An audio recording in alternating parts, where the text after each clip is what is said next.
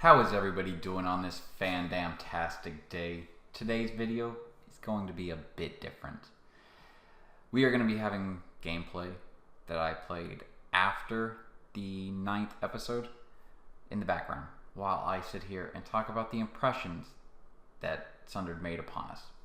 Now, I know this game has gotten some very harsh reviews talking about poor game mechanics and the liking, but I am not here to debate whether they are right or wrong.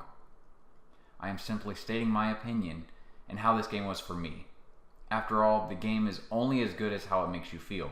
It is all based on personal preference. So, with that being said, let's get started. The art in this game is stunning.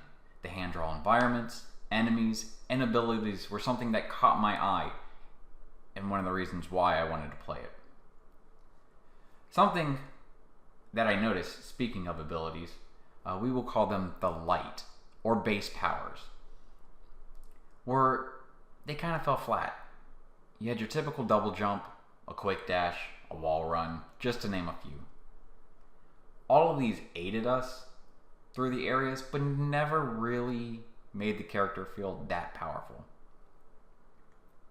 That power, on the other hand, came from the corrupt powers. Though, you had to make a choice, and that choice was in the form of what to do after destroying the boss. The boss fights were always intense, and just as grand as the enemies were. The bosses, after you killed them, it was your choice to take their soul and make it your own, granting you more power, or throwing it away and retaining your true self. Of course, that was not the only way to corrupt your soul. It came from the mini-bosses as well, who had a third of a shard. But the mini-bosses, I felt, fell really flat. Their power, their presence, it just wasn't there as the bosses.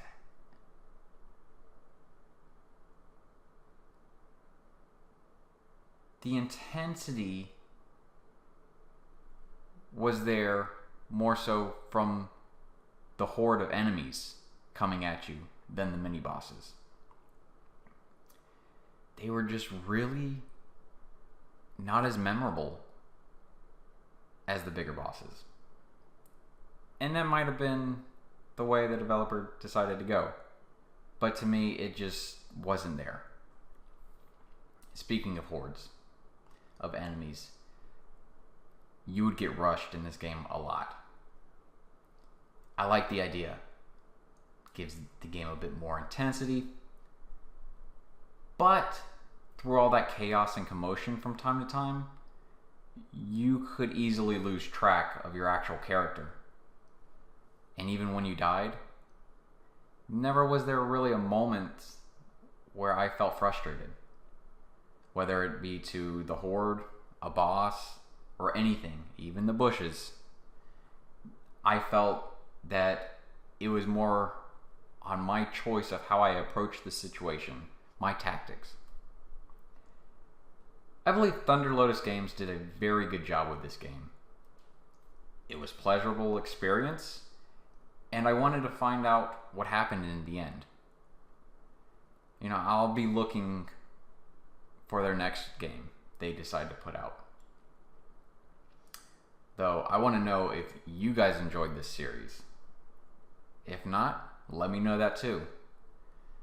But as always, I hope you guys have a fandamntastic day, and we will meet again in the next video.